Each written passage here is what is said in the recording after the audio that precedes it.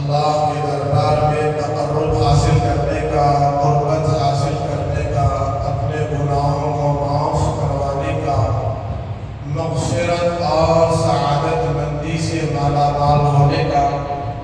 اب ہر مسلمان اپنے اندر غور و فکر کرے کہ کون مسلمان اس رمضان کی کما حق و قدر کرنے کی کوشش کی، کس نے رمضان کے مبارک ساتوں اور گھڑیوں میں روزوں کے ساتھ، تراویح کے ساتھ، عبادتوں کے ساتھ، اطاعت کے ساتھ، مکمل تقوی اور پرہیزگاری کے ساتھ اس مہینے کا استقبال کیا، وہ خود اپنے اندر دیکھیں۔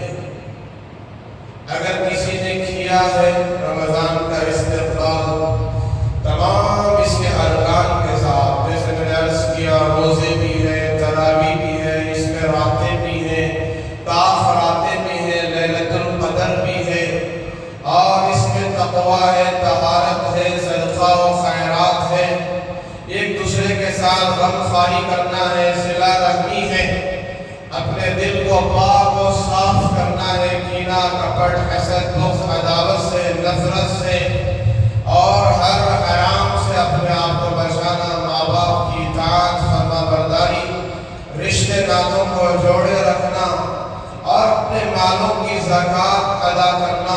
اگر اس مہینے میں فرض ہوتی ہے تو زکوٰۃ کے ذریعے سے اس مہینے کا استقبال کیا ہو تو وہ اللہ کا شکر ادا کرے۔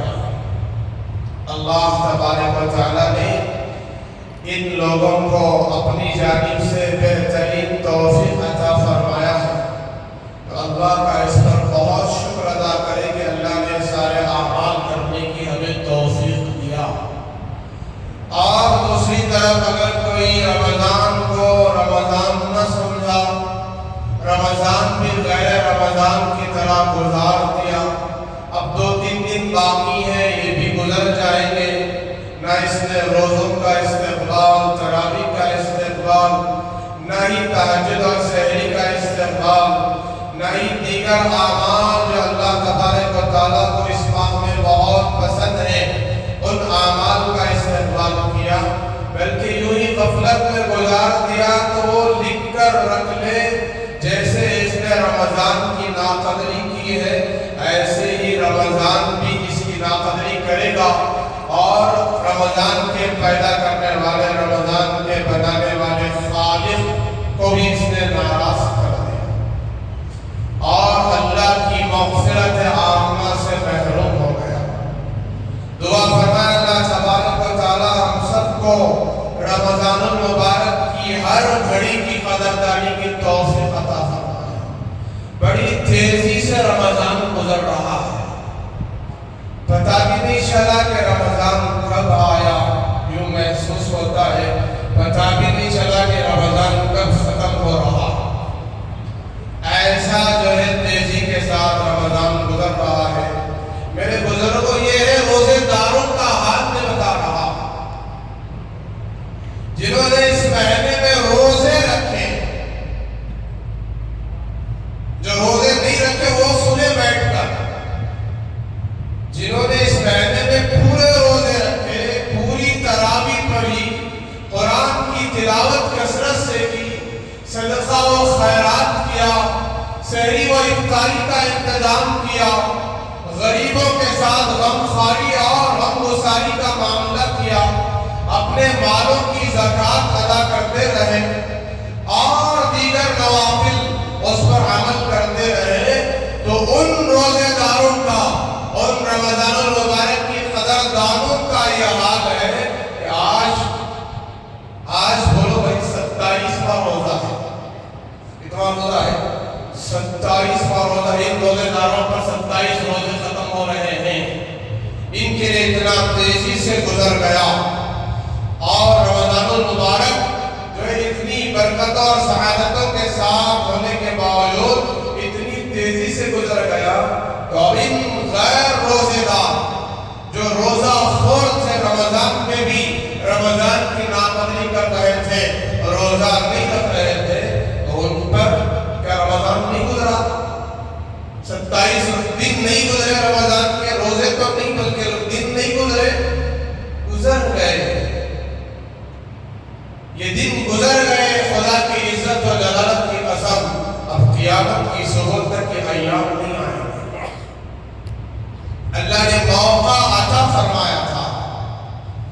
چند گھنٹے بھوکے رہنے کا امتحان تھا، آزمائش تھی۔ اللہ نے آزمایا، جن بندوں کی آزمائش ہوئی وہ بندے پورے روزے رکھ لیے، امتحان میں کامیاب ہو گئے الحمدللہ، ان کے 27 روزے ہو گئے۔ اور بھی جو بندے تھے جن کی اللہ نے آزمائش ان کی بھی کی تھی، امتحان لیا تھا، امتحان میں ناکام ہو گئے، فیل ہو گئے۔ اللہ ان کو توبہ کی توفیق دے، روزوں کی قدردانی کی توفیق دے۔ یہ روزے سر پر باقی رہیں گے، ان روزوں کی قضا واجب ہے، فرض ہے، موت کے آخری سانس تک ان روزوں کی قضا لازم ہے۔ اب اللہ تبارک و تعالیٰ نے رمضان المبارک میں ایک تقوی کا سبق، طہارت کا سبق، سچائی اور امانتداری کا سبق، حرام اور حلال میں تمیز کرنے کا سبق عطا فرمایا تھا۔ تو ان مسلمانوں نے، ان روزے داروں نے، شب بیداروں نے، قدردانوں نے روزے کی اتنی قدر کی کہ صبح صادق سے لے کر غروب آفتاب تک ہر حلال چیز کے کھانے کو اپنے اوپر حرام کر لیا تھا، اور ابھی بھی روزے کی حالت میں ہیں، اپنے اوپر حرام کر لیے ہیں کہ اب ایک قطرہ پانی حلق سے نیچے نہیں اتر سکتا۔ ایک نعمت کوئی بھی اللہ کی، کوئی بھی حلال چیز اندر نہیں جا سکتی۔ اللہ کے ڈر اور خوف سے بیٹھے ہیں، اللہ کے تقوی اور طہارت سے بیٹھے ہیں، اور احتساب اور ایمان کے ساتھ بیٹھے ہیں۔ اللہ ان کو اور استقامت عطا فرمائے۔ اللہ کی طرف سے بڑی مہربانیاں ہیں۔ جیسے ہم نے حلال چیز کو بھی روزے کی حالت میں حرام سمجھا ہے، میں بارہا عرض کر رہا ہوں، جیسے حرام سمجھا ہے حلال چیز کے کھانے کو بھی، ایسے غیر رمضان میں 11 مہینے میں کسی بھی مسلمان کا کھانا حرام سمجھیں، ناجائز سمجھیں، اس کے قریب بھی نہ جائیں۔ ہم نے اللہ کی محبت میں، اللہ کی عظمت میں، اللہ کی اطاعت اور فرمانبرداری میں حلال چیز بھی چھوڑ دیا، اس کو حرام کر لیا، تو اب اللہ کی حرام کردہ چیزوں سے بچنا کیا مشکل ہے۔ یہی تو امتحان ہے کہ کسی مسلمان کے ناحق 2 روپے نہ کھائے، مسلمان ہی نہیں کسی انسان کے بھی 2 روپے کے ناحق طور پر خرید بھی نہ جائے۔ یہ رمضان سکھانے آیا ہے، تقوی والا بنانے آیا ہے، متقی پرہیزگار بنانے آیا ہے، ہمارا امتحان ہو رہا ہے۔ آزمائشیں ہر مسلمان کے ساتھ لگی ہوئی ہیں، ہر مسلمان کے پیچھے امتحان چل رہا ہے۔ بغیر امتحان کے کامیابی نہیں ملے گی، بغیر آزمائش کے دنیا میں عزت نہیں ملے گی، بغیر آزمائش کے جنت میں نہیں جا سکتے۔ جنت میں جانے کے لیے دنیا کی امتحانات سے ہر مسلمان کو گزرنا پڑے گا، حالات اچھے ہو یا برے، دونوں حالات میں اللہ کی اطاعت پر جمنا پڑے گا، جناب محمد رسول اللہ صلی اللہ علیہ وسلم کی سنت پر عمل کرنا پڑے گا۔ جیسے ہمارے صحابہ نے عمل کیا، جیسے ثابت قدم رہ کر صحابہ کرام نے اپنے جان و مال کی بازی لگایا، صحابہ کامیاب، صحابہ بھوکے کوئی پرواہ نہیں، صحابہ پیاسے کوئی پرواہ نہیں، صحابہ کی جانیں دی لالے پڑ گئی، صحابہ کی جانیں دی دشواری میں پڑ گئی، ان کی جانوں کا سودا کرنا پڑا تو جانوں کا انہوں نے سودا کر دیا، اپنے مالوں کا سودا کرنا پڑا تو مالوں کا سودا کر دیا، لیکن اپنے ایمان کو ہاتھ سے جانے نہیں دیا، اسلام کو ہاتھ سے جانے نہیں دیا، شریعت کو ہاتھ سے جانے نہیں دیا۔ دیا، لیکن آج کا مسلمان، میرے جیسا مسلمان، پہلے نمبر پر اس کے سامنے اس کی اپنی دنیا ہوتی ہے، یہ دنیا کو مقدم رکھتا ہے،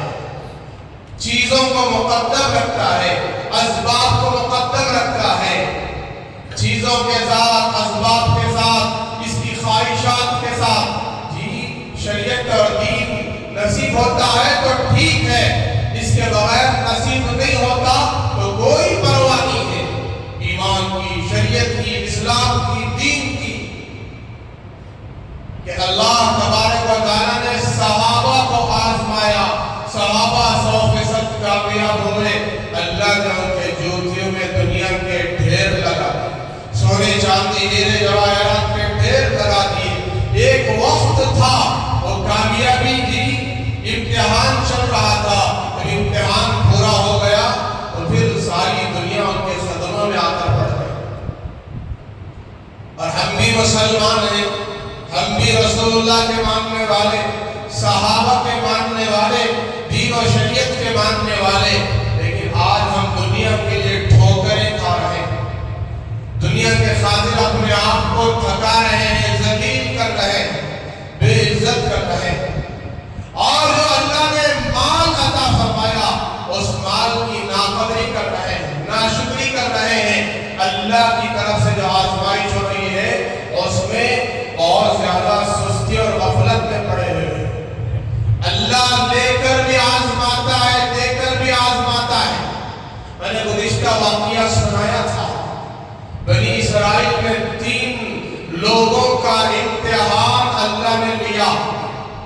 فرشتہ انسان کی شکل میں آیا اور 3 لوگوں سے الگ الگ طور پر سوال کیا۔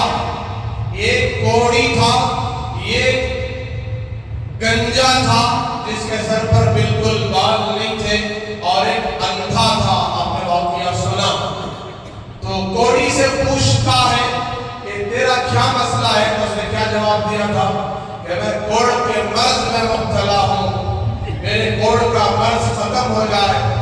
اس بیماری کی وجہ سے میرے اپنے رشتہ دار مجھ سے نفرت کرتے ہیں، کراہت کرتے ہیں، میں اس مرض سے نجات پانا چاہتا ہوں۔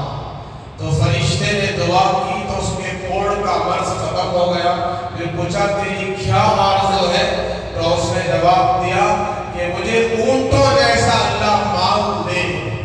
تو اس فرشتے نے دعا کی، اللہ نے اس کو ایک اونٹنی گھاون عطا فرمایا، اور اس اونٹنی میں اللہ نے اتنی فراوانی کر دی کہ چند دنوں میں اونٹوں کا جنگل بن گیا، بہت بڑا مالدار ہو گیا۔ پھر گنجے کے پاس آ جو سر کے اوپر جس کے ایک بال بھی نہیں تھا، اس سے پوچھا تیرا کیا مسئلہ، اس نے کہا میرے جی سر پر بال نہیں ہے، مجھے کسی سے ملنے جلنے میں بے عزتی محسوس ہوتی ہے، بڑی ذلت محسوس کرتا ہوں، اور غریب ہوں، فقیر ہوں، تو کیا چاہتے ہو؟ گنجے پن سے نجات چاہتا ہوں۔ تو فرشتے نے دعا کی، سر پر بال آ گئے، بڑا خوبصورت نظر آنے لگا۔ پھر کہا کہ کیا چاہتے ہو؟ کہا گائے کی، جی گائے کا شوقین، اللہ مجھے گائے دے دے۔ تو گائے کی دعا کی، اس زمانے کا مال گائے، تو دعا کی تو اللہ نے ایک گائے عطا فرمائی۔ اس گائے میں اللہ نے اتنی جو ہے فراوانی کر دی کہ ایک گائے کا جنگل سینکڑوں کی تعداد میں چند ہی دن میں گائے جی اس کے پاس آ گئے، کئی بچے اس میں ڈالے، اور ان سے اور زیادہ بڑھوتری ہوتی چلی گئی۔ پھر اندھے کے پاس آیا، پوچھا کیا مسئلہ ہے؟ کہا کہ میں اندھا ہوں، نابینا ہوں، چند قدم چلتا ہوں تو گر جاتا ہوں، دوسری گلی پہ جانا چاہتا ہوں تو 2 آدمیوں کا محتاج ہوں، کیا چاہتے ہو؟ اندھے پن سے نجات چاہتا ہوں۔ اللہ تبارک و تعالیٰ کے دربار میں اس فرشتے نے دعا کی تو اس اندھے کو آنکھ مل گئی، بینا ہو گیا۔ پھر کہا کیا چاہتے ہو؟ بکریاں چاہتا ہوں۔ تو دعا کی تو اللہ نے بکریاں عطا فرمائی، اتنی برکت دی کہ چند ہی دنوں میں بکریوں کا جنگل بن گیا، بہت بڑا مالدار ہو گیا۔ اور اللہ نے فرمایا ان تینوں کو میں آزمانا چاہتا ہوں۔ تو پھر فرشتہ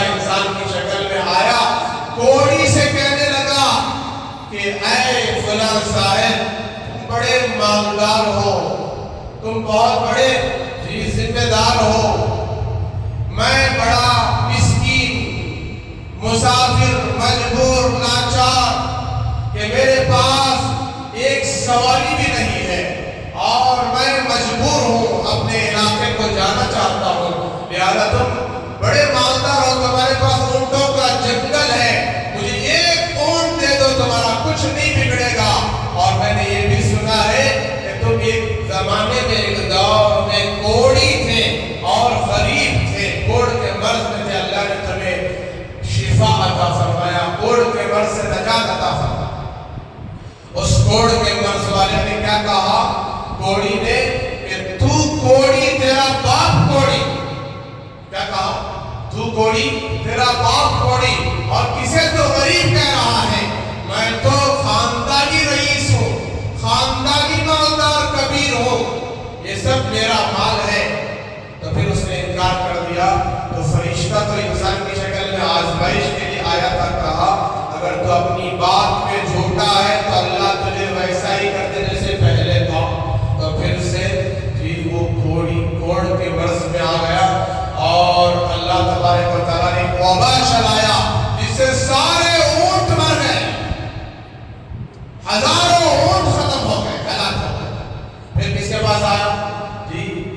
گنجے شریف کے پاس آیا، جو گنجا شریف تھا ٹکلا، تو اس کے پاس آیا، اور یہ بھی آزمائش ہے، اللہ حفاظت کرے۔ اس کے سامنے کہا کہ میں بڑا مسکین ہوں، مسافر ہوں، میں فلاں علاقے کا رہنے والا ہوں، میں نے سنا کہ تم بڑے مالدار ہو، اور میں نے یہ بھی سنا کہ تم ایک دور میں گنجے تھے، اللہ نے تمہیں نوازا، بال عطا فرمائے، تم بڑے جو ہے مالدار ہو، مجھے ایک گائے دے دو، میں بیچ کر اس کی قیمت سے اپنے وطن چلا جاؤں۔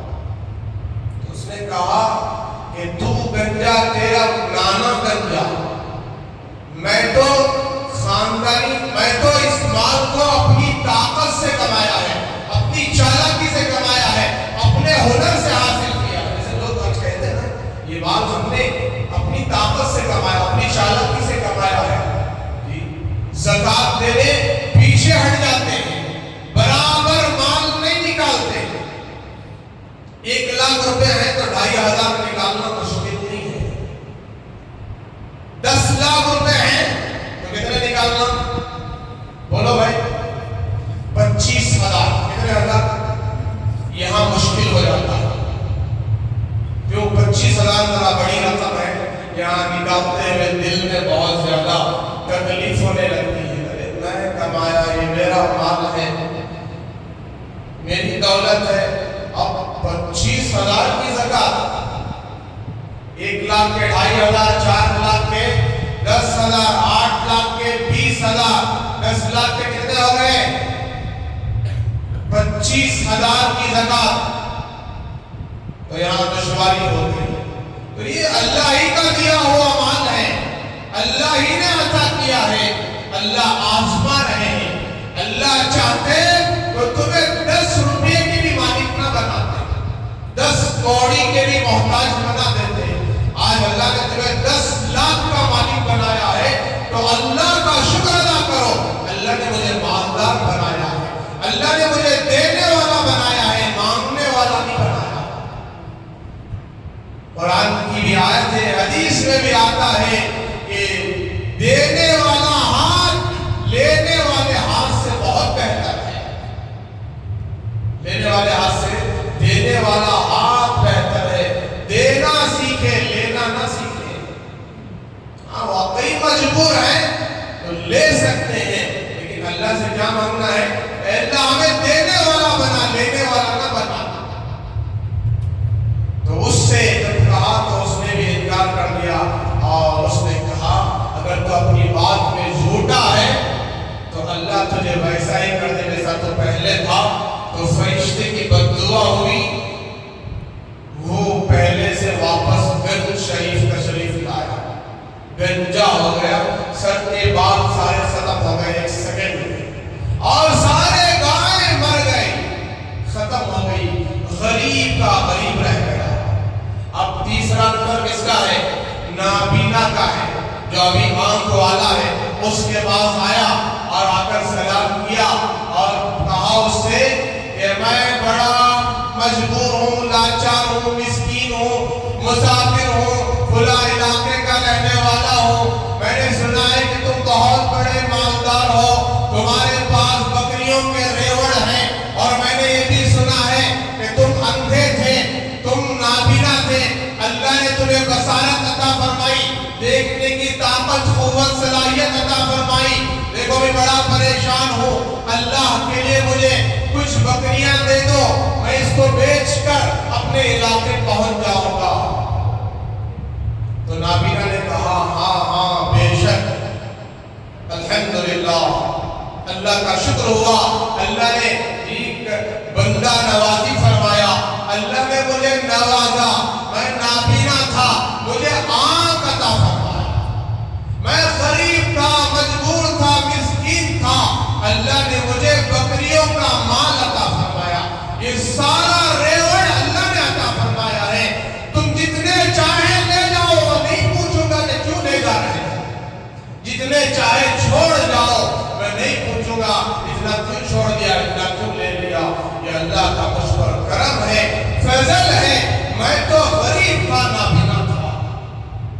تو ایسے بھی آج معاملہ ہے دنیا میں، اس بات کا اقرار کرتے ہیں ہم کچھ نہیں تھے، اللہ نے ہمیں نوازا ہے، عطا فرمایا ہے، برکت دی ہے، مالدار بنایا ہے، برابر اپنے مالوں کا جو ہے حق ادا کرتے ہیں، مالوں کی زکات نکالتے ہیں۔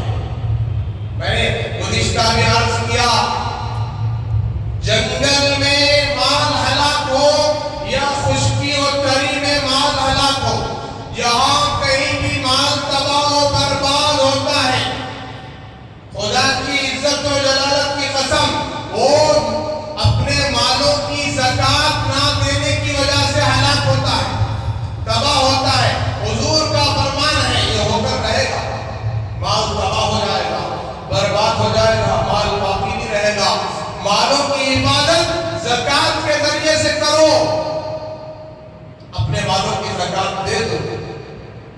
تو نابینا جی آنکھ والا جب اللہ کی شکر گزاری کیا تو فرشتے کو مال کی کیا ضرورت ہے، وہ تو فرشتہ تھا، انسان کی شکل میں آیا تھا، کہا کہ میں فرشتہ ہوں، انسانی شکل میں آیا ہوں، میں نے تم تینوں کا امتحان لیا، کوڑی کا، گنجے کا اور تم نابینا جو تھے تمہارا، یہ دونوں اس امتحان میں فیل ہو گئے، ناکام ہو گئے، تم کامیاب ہو گئے، اللہ تمہارے مال میں اور برکت عطا فرمائے، برکت کی دعا دے کر چلا گیا۔ میرے بزرگوں، زکات سال میں ایک بار فرض ہے، زندگی میں ایک بار نہیں، کبھی کبھار ایک مرتبہ دینا نہیں ہے، ہر سال دینا ہے۔ جب ہمارا مال نصاب کے مقدر پہنچ رہا ہے، سال میں ایک مرتبہ زکات دے دیں، تاریخ یاد رکھیں، جس دن ہم مالدار ہوئے ہیں، مالدار ہونے کی تاریخ یاد رکھیں، عربی لحاظ سے یاد رکھنا ضروری ہے، اگر عربی لحاظ سے یاد نہیں ہے تو انگریزی لحاظ سے آخری درجہ یاد رکھ کر، عربی لحاظ سے جیسے ہم رمضان کی فلاں تاریخ ہے، رمضان کی آج 27ویں تاریخ ہے، 27واں روزہ ہے، تو ہم آج کے دن مالدار ہوئے تو ہم آئندہ رمضان 27 رمضان کو اپنے مال کی زکات ادا کرتے ہیں۔ آج مالدار ہوئے تو آج ہی زکات دینا فرض نہیں ہے، ایک سال کے گزرنے کے بعد زکات دینا۔ اب مالدار بھی ہو گئے، سال بھی گزر گیا، تاریخ بھی یاد ہے، تو آپ زکات برابر نکالیں، 1,00,000 پہ 2,500، قرضہ ہے تو مائنس ہوگا، قرضہ ہے تو مائنس، 50,000 قرضہ ہے تو 50,000 کی زکات، جی 10,000 قرضہ ہے، 20,000 قرضہ ہے تو 20,000 مائنس ہوں گے، بقیہ 70,000-80,000 کی زکات، اس طریقے سے۔ اور زکات 3 چیزوں میں یاد رکھیں، ایک سونے اور چاندی پر، سونا اور چاندی ان پر زکات واجب ہے، سال میں ایک مرتبہ، کہ سونا 7.5 تولہ یہ نصاب ہے، چاندی 52.5 تولہ یہ نصاب ہے، کچھ سونا